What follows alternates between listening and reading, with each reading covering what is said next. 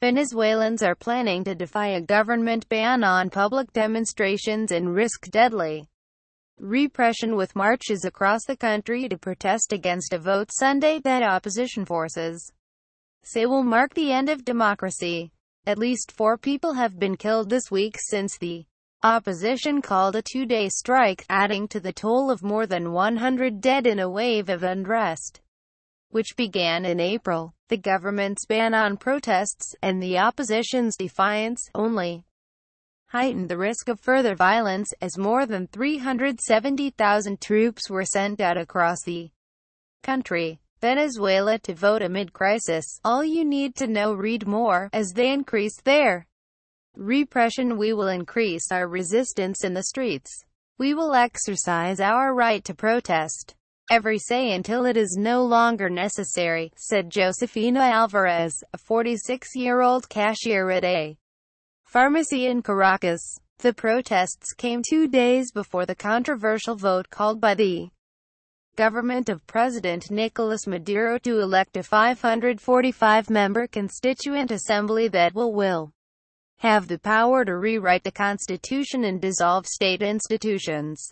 The government says the Assembly will open a path to peace for the politically polarized and economically crippled country, while the opposition says it would mark the consolidation of an authoritarian regime.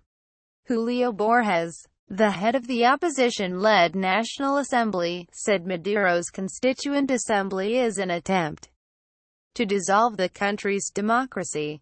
That's why we are fighting, so that the country isn't killed off, he said. Closed-door negotiations to avert the showdown are being brokered by former Spanish Prime Minister José Luis Rodríguez Zapatero, but few analysts believe they will succeed.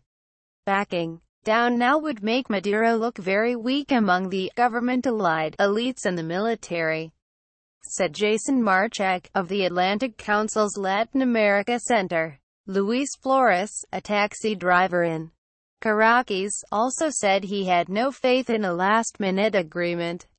Unfortunately, a negotiation that could have led to a transitional government is no longer an option, because we can't keep on believing the government's lies while they cling to power and continue to destroy our economy and crush any dissent, he said.